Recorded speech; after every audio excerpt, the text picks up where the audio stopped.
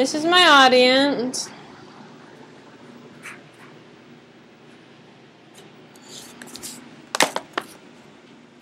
Child abuse is killing many of our children each year.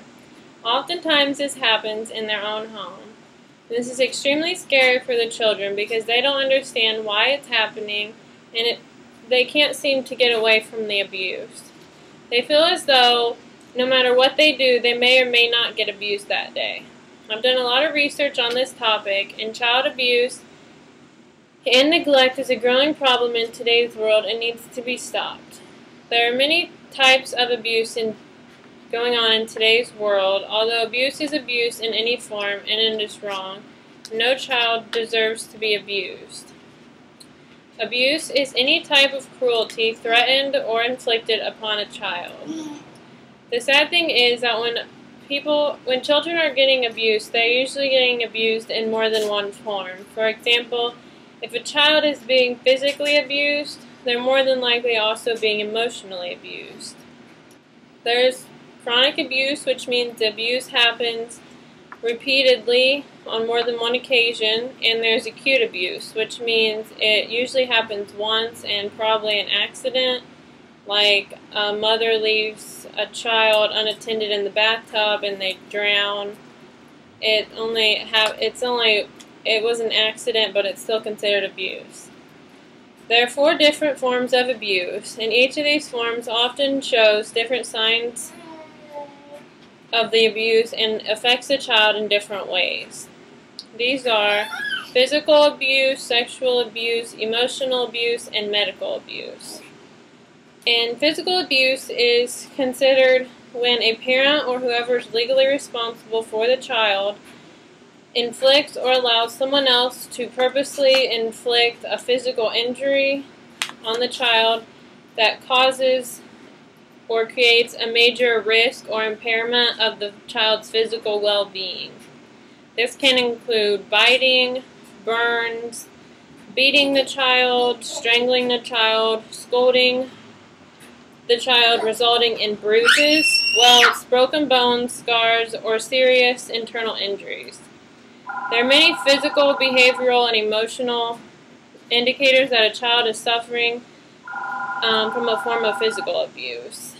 Some of them include unexplained bruising in several different stages of healing, unexplained burns. It's basically any injury that is inconsistent with the explanation that is given for the injury, medical history, or developmental abilities of the child to injure itself could be a sign of physical abuse. There's also behavioral and emotional signs that physical abuse may be happening to a child, such as missing an unreasonable amount of school, being afraid of their parents, arriving to school early and leaving late, low frustration tolerance, they don't trust others.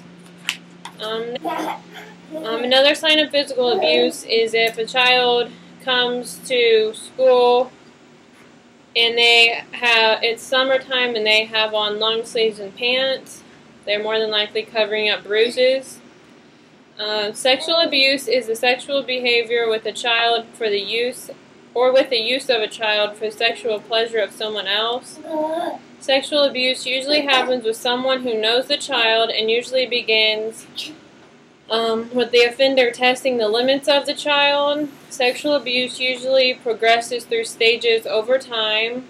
They notice a behavioral sign, an emotional sign, which would be like inappropriate knowledge of sexual matters that are not consistent with the child's development level, seductive behavior towards adult or other children, lack of trust and social withdrawal, depression, and they don't participate in school activities. Emotional abuse is maltreatment to a child that results in impairment of their psychological growth and development. This form of abuse can involve words, action, or indifferences. Emotional or verbal abuse is based on power and control and is considered to be a pattern behavior that can seriously interfere with the child's positive development. Sadly, this abuse is the least understood out of all the forms of abuse. although it is the most common form of abuse and can be the cruelest and most destructive to a child. There are also emotional and behavioral indicators of emotional abuse, such as the child being antisocial and having poor relationships with their peers, having unrealistic fears and paranoia, behavioral extremes, and they tend to have habit disorders such as biting their nails, sucking their thumb, twisting their hair, and stuff like that. Neglect is also an issue that people need to be aware of because it happens more than people think it does. There's physical neglect, which is when an adult or legal guardian who's responsible for the child fails to provide the child with adequate food, shelter, clothing, and necessary supervision. And there's medical neglect, which is when the caregiver fails to provide medical care for the child. There's educational neglect, which is when the caregiver does not enroll the child in school and is not homeschooling the child. There's also emotional neglect, when the parent fails to provide adequate nurturing for their child. There's several physical signs of neglect. A few of them are the child's underweight, poor hygiene. Again, they may have inappropriate dress. There's several behavioral and emotional signs of neglect, such as serious health and weight abnormalities, frequent and excessive absence from school.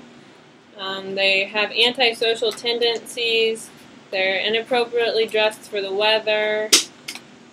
And research shows that babies and young children are at higher risk for being abused or neglected. It's been shown that 41% of child fatalities due to abuse or neglect have been for children under the age of 1. 76% of these fatalities were all children under the age of 4. These young children are at higher risk because they're smaller, they aren't able to defend themselves, and they have to rely more on their parent or caregiver. Many people choose to abuse their children for different reasons. Many of them say they're disciplining their child or just being strict. But if they're disciplining or punishing their child and the punishment does not fit what the child did, or if it leaves a mark on the child, it can be considered abuse. If abuse is happening in the child's own home, they tend to be more confused because they try to find reasons for why they're abused, and eventually they'll begin to blame themselves because they can't figure out what else they would be abused for. There's no set description for people that abuse their children, although they tend to be young, usually in their mid-20s, without a high school diploma, living at or below the poverty level. They're usually depressed and have difficulty dealing with stressful situations, and usually have experienced violence firsthand. There's also no known causes for child abuse or neglect, although there are many factors that contribute and make it more likely to occur, such as added pressure to the family, like the parents are stressed, alcohol or drug abuse, increases the likeliness of the parents to strike out at the child, or if the parent expects too much from the child, if they have a mental illness or behavior problems. Adults who have been abused as a child themselves often tend to abuse their own children. It has been proved that 2 out of every 3 prisoners convicted of first-degree murder report previous childhood histories of physical abuse. Child abuse is a terrible thing that no child should have to deal with. As I've talked about in this speech, there are many signs that a child has been abused or neglected, and if you see these signs in a child, you need to report it to an authority because the child's more than likely too scared to come out and do it on their own, and you may be the only hope for this child to escape the abuse. Child abuse and neglect is a growing problem that needs to be stopped.